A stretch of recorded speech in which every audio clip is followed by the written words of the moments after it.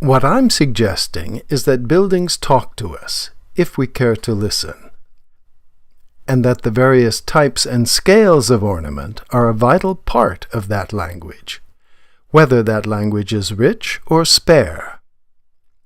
These two buildings look quite different, and they communicate totally different social and aesthetic values, and we, or at least I, respond differently to each one.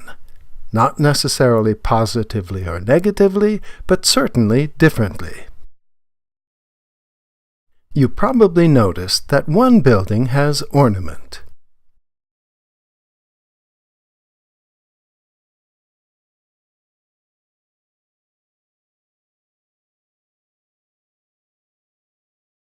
While the other doesn't. Well, not exactly.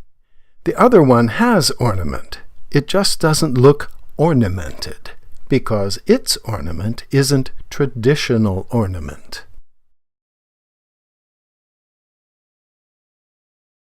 Modern architects didn't eliminate ornament, they just eliminated traditional ornament.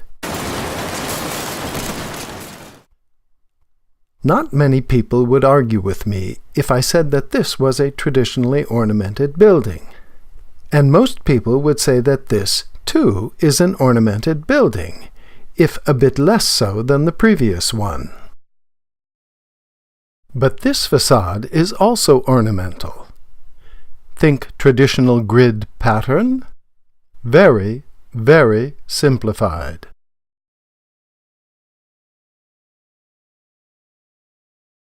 And these facades, too, consist of ornamental patterns. Though the patterns may be simple, they do show different degrees of complexity.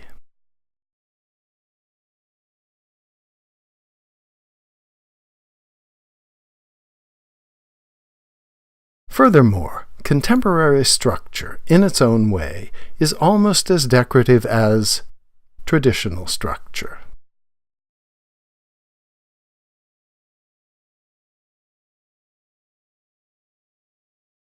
How do we attune our eye to the various kinds of ornament?